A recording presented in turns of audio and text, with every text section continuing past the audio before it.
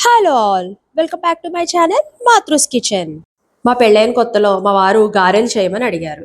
సరే అదెంత పని అని చెప్పి మినపప్పు నానపోసేసి గారెలు చేద్దురు కదా, అవి క్రికెట్ బాల్కి ఏ మాత్రం తీసిపోలేదు. మళ్ళీ ఆవడలు కూడా ఆయనకి ఇష్టమట, అందుకని అది కూడా వేసేసాను. ఇంకో చూద్దురు మా పాటలు చచ్చాను తినడానికి.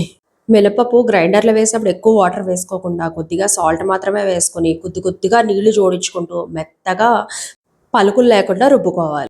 అలా బొటన వేలు మీదకి తీసుకుంటే నిలబడాలి ముద్ద, లేదంటే వాటర్లో వేస్తే తేలుతూ కూడా ఉండొచ్చు. ఈ వడలకి ఉల్లిపాయలు, పచ్చిమిర్చి, అల్లం, జీలకర్ర, కొత్తిమీర, కరివేపాకు అన్నీ వేసుకుని వడలు వేసుకుంటే అద్భుతంగా ఉంటాయి. ఇక ఇప్పుడైతే మా పాపకి సాంబారు, మా వారికి అల్లం చట్నీతో సహా వడలన్నీ చకచకా వేసుకుంటూ వెళ్ళిపోతాను. చిన్న చిన్న టిప్స్ పాటిస్తూ ఫాస్ట్గా చేసేసుకోవచ్చండి. ఇక ఇలా టీ స్ట్రైనర్ మీద వడలు వేయడం ఎంతమందికి తెలుసు? నేనైతే ఇలా వేస్తాను. చేత్తో కూడా వేసుకోవచ్చు, పేపర్ కవర్ మీద వేయొచ్చు.